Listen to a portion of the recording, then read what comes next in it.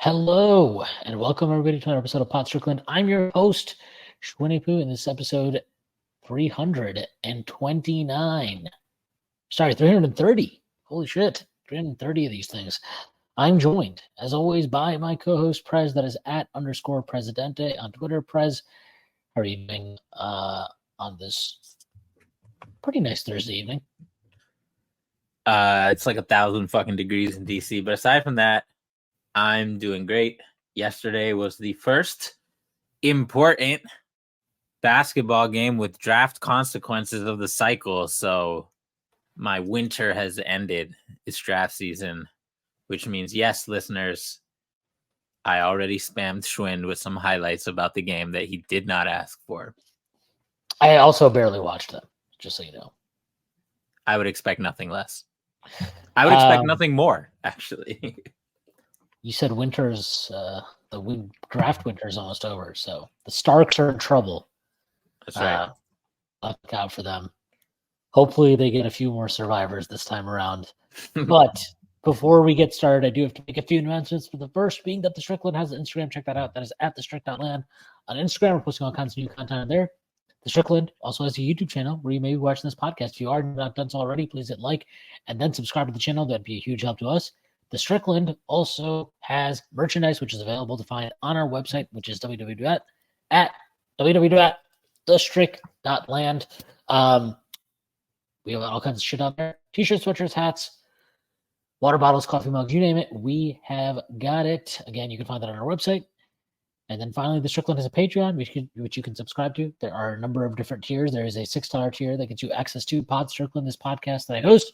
Every Friday with Prez, you also get access to the Strickland Mailbag, hosted by Andrew Steele, a.k.a. Doug, a.k.a. the Doug Bag, alongside Dallas Amico. That comes out every other week. You also get access to the Strickland Discord, where the conversation never stops. There are further tiers. There is a $9 tier that comes with access to Strickland Roll, my son, rant and rave about the Knicks even more. Although I did have a nice discussion this week, maybe nice depending on your point of view, about the Miami Heat.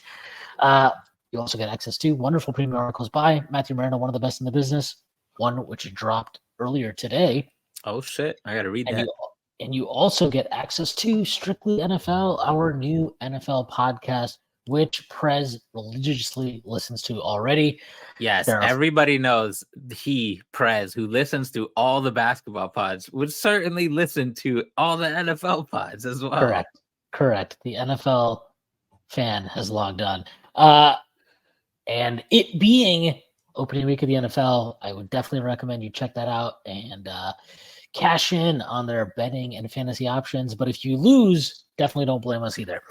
There are further tiers. There's a $15 tier, $30 tier, $50 tier, and $100 tier. This comes with a variety of additional benefits like listening on our pod recordings, merchandise discounts, and even potentially co-hosting a podcast alongside yours truly. One day, whether you choose to subscribe or not, none of this would be possible without you. And none of this would be possible without BetOnline, your number one source for all your betting needs. Get the latest odds, lines, and match reports for baseball, boxing, golf, and more. BetOnline continues to be the fastest and easiest way to place your wagers, including live betting and your favorite casino and card games available to play right from your phone. Head to the website or use your mobile device to sign up today and get in on the action. Remember to use promo code BELIEVE, BLEAV, for your 50% welcome bonus on your first deposit. BetOnline, where the game starts. And we did have a basketball game yesterday in which one RJ Barrett played Canada. That's right. Us Canada. Us Canadians of New York, which touches Canada sometimes. Yes, correct. Us, the Canadian representation of New York State, stand up. RJ had a really nice game. In typical RJ fashion, he also missed his last 5 shots, which made his fucking box score not look very good. But he played a very good game. He had 13 points in the third quarter, a quarter which more or less sealed the deal. That the game was over after that point. It was academic, as one might say. But I will let Prez go because I guess I'll just say this. My one take on this game was that, I thought RJ played well. I was happy to see RJ play well. I was also there were just a couple of finishes he had that I'm like, they went in, but they're the finishes where I'm like, I don't know if that's good or if that's actually annoying, but it still went in. So overall, though, I think this game and this tournament for RJ have been really, really There've been nice positives for him. I think he's building momentum that he can hopefully carry into the season with him. And the main takeaway I have is that he looks more explosive than he did for long parts of last season. And I had somebody like I just tweeted out like, oh, this is as explosive a move as RJ's ever had in the half court. And I got somebody that was just like, oh, well, is it because he's playing fucking Slovenia and they're terrible? And I'm like, I mean, look, I'm sure that helps, but like we've seen RJ not capitalize athletically when he should you don't jump higher depending on who you're playing, bro. Right. Like I didn't really understand that. Also, like if you're that upset about it, I don't know, man. Like if you're a Knicks fan, like just really upset about some really like minor RJ Barrett praise, please get help. But yeah, look, I thought he played a nice game. I think he's had a nice tournament. I don't think he's been dominant. I'm not going to come away from this and being like, the star turn is here. Like, let's get ready. No, but I think if he really just plays at this level in the regular season, that's great. Like, and I mean both ways. I think his defense has been solid. I think his offense is making good decisions, generally speaking. And you can always strive for a better balance. In his case, particularly when he puts the ball on the deck and starts, driving towards the basket. But you can't be too greedy. I think you just want to see him play well, and he is playing well, and he's playing well for a team that, look, I mean, who are they playing? Are they playing Serbia? They're playing Serbia, right? Yeah, Serbia. Look, Serbia's not a joke. Serbia's not a joke. Like, they'll have to really take care of business, but you would expect this Canadian team, our Canadian team, on the basis of their talent, which includes RJ Barrett, to get to the finals. And I would expect the Americans to be in the finals. And I would expect that to be a very, very fun matchup. And one that I think, look, like, obviously there'll be big showdowns all across the board there, but it is definitely a big showdown for RJ Barrett in that scenario. He's going to be playing against guys like Mikal Bridges and Anthony Edwards, who are rightfully, wrongfully, justifiably, however you want to put it, viewed as superior prospects, players, talents. And he will have a showcase. Be playing against his direct competition for playing time, Josh Hart.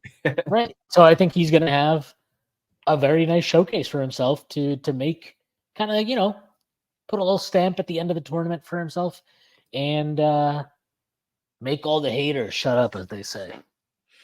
Yeah, it's been, a lot of, I've talked about it on prior pods, a lot of NBA players go to FIBA, and because national teams tend to be worse and more top heavy, they take on bigger roles. But RJ's role has been pretty much the same. I mean, he's, I guess, kind of by default the second option after SGA, but it's not really by a large margin. And obviously he's the third option in New York, but on the Canadian team, it's pretty much SGA and then everyone else. So forget where on the totem pole he stands, just in terms of what the game looks like when you're watching. In terms of role, it's not that unfamiliar to Knicks fans. He starts out possessions in the corner. When he gets the ball, it's usually coming up off of curls, off of a screen, rather than just versus a set defense. And then there's some of the big differences that we've talked about, right? Like we talked about on defense, how he's basically the two guard, and they switch way more than the Knicks do. So he gets to defend pretty much 1 through 5. I'm curious to see. Yeah, I'm curious to see if. I mean, I know Thibs is watching because Thibs has no fucking life other than to watch basketball 15 times. I'd be surprised if Thibs ain't in the building. Honestly, yeah, I'm surprised if Thibs is like Philippines is far. He's a big man. That's like as far as it would take, though, for him to not go. Yeah, like no, I can't. Sorry. Yeah. If it was just in India, I would be there, but right. The Philippines is a bit too far. No, I'm sure. I hope he's watching, and I'm sure he is watching. But like to that point, like, look, we talked about this in the last pod, but like, I think it's fine to criticize RJ for his defense last year because it was not up to par, and it wasn't. Forget up to par. It wasn't even like the effort wasn't there consistently. It was just not good, and that's something he has to own. But I also think you can look at this FIBA thing and look at it and be like, okay, like, well, maybe if I let him fucking switch more, I will also help him. And that will get a better performance out of him. So I think there's like stuff for for the Knicks and for Thibs to take away from this also with regards to like, look, we can sit here and talk about RJ's got to do this, RJ's got to do that, sure, but like every team should always be striving to like, okay, well, how can we help them be better versions of themselves? And like, I do think the switch, like being able to switch more, it would benefit him a lot. And hopefully one Julius Randle is up to the task of trying on defense this year. Yeah. Yeah. We spent a lot of time. We always talk about how, Julius can get up for a one-on-one matchup. So we're like, you should switch more because that keeps him more engaged with his man. And, there's less things to keep track of and and those are all advantages of the switching defense. And a lot of that applies to RJ. It's really noticeable how attentive he has to be for the Canadian team. Just because in FIBA, you get a lot more screens, you get a lot less isolation. When switches come, you have to know the game plan. And for Canada, because 1 through 5, they're pretty much like their guards are big and their bigs are fairly nimble, right? Olynyk and Powell are probably a little bit more nimble than most. They're more like power forward size, right? So like they're a little bit better on their feet. And it's not uncommon to see them just switch everything. And you rarely see RJ sucks, bro. I'm so sick of they need some help in the front court in the future. And thankfully for the Canadians, actually, I don't know. Bring back Tristan Thompson. Most of they need, I don't know, Brandon Clark or some shit. Because even in the pipeline, they got Leonard Miller. He's like the only big. Everybody else is like a guard. Clark would actually be really good in FIBA, I think. And if they're going to switch everything, he'd be pretty useful. Yeah, for sure. And he's definitely probably better than Powell. So there's that. And I'll tell you what, RJ would throw him a fucking lob. Yeah, yeah. He can. So to your point about the layups, where it's like, was it the best idea? I was DMing Shwin after looking at replays, and I was like, on the one hand, this seems like typical force a bad layup RJ Barrett that we're used to, but on the other hand, the open man under the hoop is Dwight Powell or Nickeil Alexander-Walker. So maybe just shoot. I don't know. Yeah. One of them was also Dort, and I'm like, one of them was Dort, and I'm like, I'm fine with him not passing to Dort just out of like out of principle. Like, no, I'm not passing it to you. Fuck you. Like, I'm not passing it to you. Yeah, Dort has had a pretty rough offensive go of it, but that's not what he's there for. So, I don't think anybody's expecting that. Yeah, by go of it, I mean his career. So, like seeing RJ just be engaged on the switches. Obviously, the Knicks can't do that. You don't want him switching with Brunson. You don't want him switching with centers a lot of the time.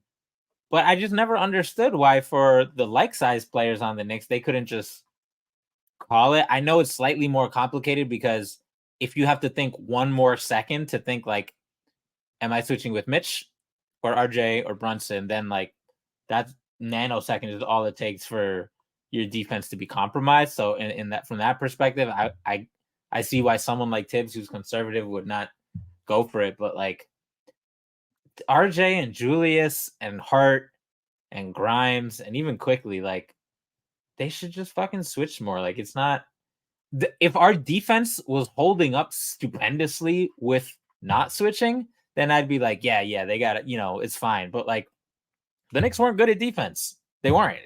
They were, I think, 19th in D rating or something. Even with Josh Hart, they weren't that good at defense. So like, I don't think you really have anything to lose.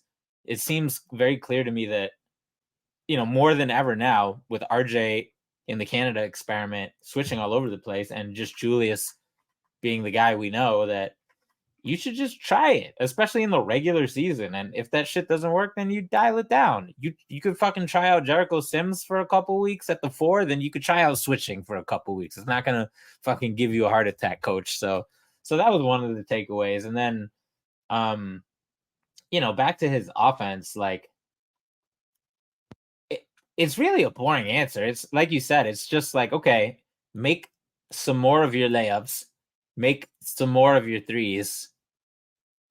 And that's kind of it. Like if everything else stays the same, you're probably fine. I know it's obviously a way worse level of competition. He's shooting 50% from the field, 57 on twos, 39 on threes after going 1 of 6 in the last game. True shooting percentage up near 60. The one thing that really jumps out at me is, Canada runs a lot. Their advantage, like the USA, is that they have a lot more athletes than other teams do, and they can just get out and go. Guys like Olynyk are like, and Nickeil Alexander-Walker, who aren't, the best NBA players in the world, they can at least run fast and, shoot threes on the break and stuff like that. So RJ does a lot of his damage in FIBA. Of his 63 made field goals in FIBA, 31 of them are in transition. So that's a lot of them. And he's basically like unstoppable in transition in FIBA. Like nobody's really messing with him. He's shooting 72% in transition in FIBA, according to Synergy. I do think this is about to be a pause. I do think his body looks much better as FIBA's done. He looks more like he still looks very broad, across the chest, as he's always been throughout his career, throughout his life, basically. Probably came out like a fucking monster. But he doesn't look as thick across the hips as he looks spry out there. And like the way it manifests to me mostly is it's in transition, and then in the half court, like there's a couple of times where he switches gears on his drives, which I really appreciate, because in the NBA last season, he pretty much only has one gear. He doesn't really take advantage of change of pace much, but he's actually done it quite a lot in FIBA, to the point where I wonder if those kind of moves are a point of emphasis for him. I mean, it's something he used to do all the time back in like Duke and all that. And then he kind of just became like, all right, battering ram, I only have one gear. It's the middle gear, right? Third gear, whatever. I'm not going too fast or too slow. But sometimes when he gear shifts up a little bit on these drives after like a hesitation or a pause, I'm like, oh, okay. Or like on the play where he had the one-handed dunk, the jump itself was impressive, but the power step that he did to load up was like a very fast, very long step. And there was a couple of instances, even on misses, where I was pretty impressed with He had one drive where I think it's like he caught in the middle of the floor. It was definitely in the second half, and he like did a very not particularly deceptive Euro, but like he kind of like started going right and then brought it back to his left. And I think he might have just laid it in. I think he laid it in. I don't think it was a dunk, but it was just like, that's like, you see Brunson do that all the time, right? Where he like fakes going right, and then he kind of swings the ball back to his left, lays it in. But just like, it wasn't like, the thing is, he's so fucking strong. He doesn't need to be that deceptive. Like, you just need to get just a little bit, and then that's it. And I think the biggest thing for me is just like he's always been strong, super strong, and he uses that strength to get to the rim.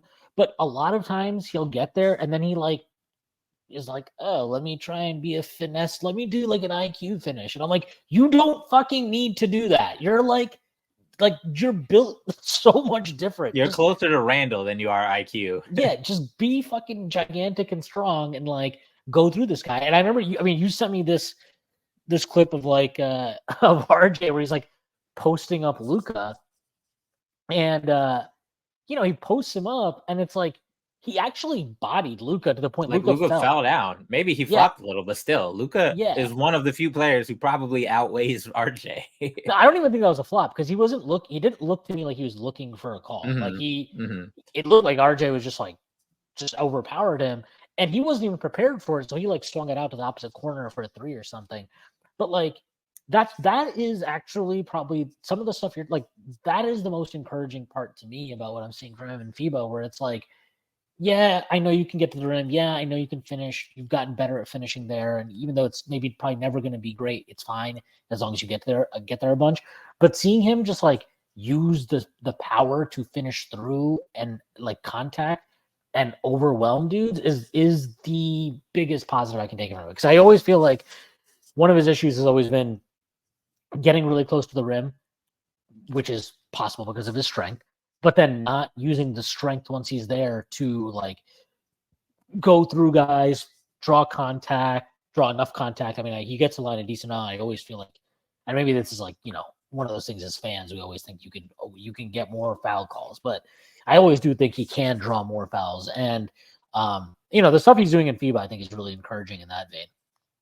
Yeah. And the good thing is, if you think about it, like, nobody is in peak shape in the off season for the most part. And you come into the season and you're going to lose weight because you're playing 82 games, give or take, of basketball. So if he comes in around this weight and then loses 10 pounds across the course of the season, it's right where he's supposed to be, like when he's supposed to get there. So from that perspective, I think it's cool to see him just kind of like enter the season in a good spot physically. On defense, it's tough for him because the other side of the coin to the switching is like, it's one thing to do like a passive switch, but he always got to do these fucking FIBA shooting guards who are like Rip Hamilton style dudes who are flying around and come, except it's to the 3-point line. So I guess more like Kyle Korver, and those are tough for RJ. Like, he's decent at screen navigation given how big he is, like weight wise. But that's just always going to be a tough ask no matter what. But the fact that he's like, the effort is there on those because he knows, when he's switching, he'll switch. And when he's not switching, he has to get through the screen around the to follow the shooter, because that's the thing. You can't, it's a lot harder to switch. Even though Canada switches a lot, it's a lot harder to switch on those plays where someone's firing up from the baseline to the top around the screen to set up for a 3-point shot, because if you're the other defender, you can't just like backpedal to the 3-point line. So those plays Canada's less likely to switch for good reason. And that's where it's like, okay, RJ should not be defending guys like this normally. But I don't really take too much issue with that. But just the fact that he's willing to like get at it and chase those guys and not be completely toasted is pretty cool. The dunks, like you said, I joke about it on Twitter, but like, to me, I'm always like, is he doing a Frank Ntilikina dunk, which is you dunk it, but your head is below the net and you're just like got long arms? Or is it a real dunk and your head is at or above the net? And I think most of his dunks in FIBA have been the latter, which was not the case last year. So I don't know. It's good to see. But back to the other thing, the transition thing, the other thing that got me thinking about this, I know you tweeted this morning about how different Knicks shoot on transition threes. And I know after we acquired Josh Hart team wide, our transition numbers really ticked up, but that was, I think, mostly just because of Hart by himself. Literally, it's just like he just gets out in transition that much that he makes your team stats in transition frequency go from like poor to above average. But just looking at the different Knicks guys, like Quickly's near 44% in transition from three. Brunson's near 44% from transition and three. Randall and RJ aren't good in transition from three, but they're both very good at the rim in transition. Grimes is solid from three and really good at the rim. No, I got to push back. Grimes is not solid. Grimes needs to be better. Grimes cannot be 36% in transition threes. Like, this is his fucking thing. This is like his bread and butter. He's baby Clay, all these things that people want to put out there. No fucking shot. He's got to, like, that needs to be 40+%, especially with his fucking thick ass legs that he's got. Like, he should be nailing transition. He should be able to sprint into transition threes and absolutely drilling them. That needs to be better. I understand what you're saying. Like, it's solid. No, I agree. Like, he's solid, but he should be better than solid. He absolutely. And this goes back to like what I think is his biggest weakness as a shooter is he just like loses balance at times, and sometimes he loses balance for like weeks, and that's when you see like these hideous stretches of like, why is he 2 of his last 21? Like, what happened here? What's going on? And it's usually like you just see his balance is off or his release point is not like what it should be. And I just think he's 22. He's Mm. like, for a shooter, 22 is not that old. Like that's you can still definitely improve a lot of shit as a shooter at that age. And I expect him to, but like, and it's a lot of that is like just repping it out, just getting more and more and more and more and more reps to the point that it's consistent. And I think the big thing to remember with Grimes is like Grimes wasn't a shooter. Like he wasn't. This was not what he was.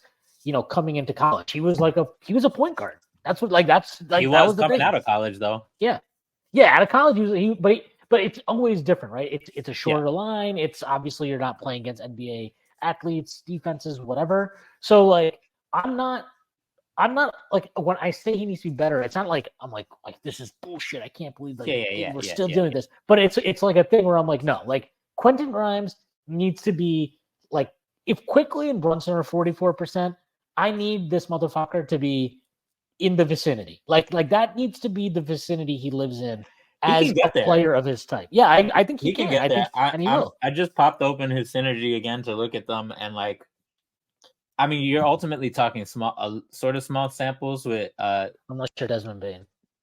Unless what? Unless you're Desmond Bain. Unless you're Desmond Bain, in which case apparently all your shots are no. So this is actually a good. I'm happy you brought that up. So what he's referring to is Des Bain shot like 60 something for 145 in transition threes. So he had more makes than most players have transition attempts. And if you look at the video, which with Ace DJ, from Knicks Film School pulled up on Twitter this morning, a lot of them are really open, and that's not a surprise because when you're in transition, you can get open shots. The difficult part is shooting in transition. You have to stop your momentum, whether you're have the ball or not, and that's what makes it difficult. But the shots are open, right? So like, I popped open Grimes' transition numbers on Synergy. Sure enough, again, this is a small sample, but he has pretty high guarded, unguarded transition three splits. 7 for 22, 24% for guarded transition, 23 for 28, 45% for unguarded. So it kind of gets to what you're saying about just finding your balance in slightly more complicated situations. If there's a defender in the vicinity guarding you, it's, you got to be, and it's ironic because in the half court, like guard versus unguard doesn't make a ton of difference for Quentin Grimes, I think. But transition's obviously a little harder. So I think it's in there. But my greater point is like, even with our commitment team wide to keeping turnovers low and controlling the possession game and being very deliberate, I wonder how much I'll say this. My prediction is that I am sure that the giant Knicks analytics gang looks at all of the stuff I'm talking about, okay, Josh Hart made us run more. All these guys are either good at the rim, or we literally have like no players who are not either great at the rim or great from three in transition. Like even Grimes, who needs to be better in transition from three, is great at the rim, like 70%. So like, we have the personnel to play faster, and we don't got to be the Memphis Grizzlies. Nobody here has to be Des Bain taking 145.